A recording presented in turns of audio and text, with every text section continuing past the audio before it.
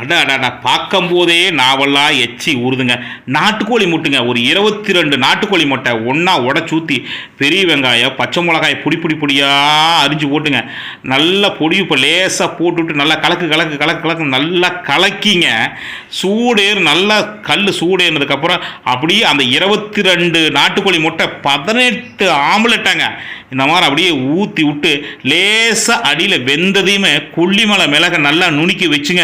இந்த மாதிரி லேசாக அப்படியே மலை தூவல் மாதிரி ஒவ்வொரு ஆம்லெட்லேயுமே அப்படி மேலே தூவிட்டு அப்படி லாபகரமாக அப்படி தூக்கி போட்டால் மேல் பக்கம் அடிப்பக்கம் 2 ஒரே மாதிரி சீராக வெந்திருக்குமுங்க.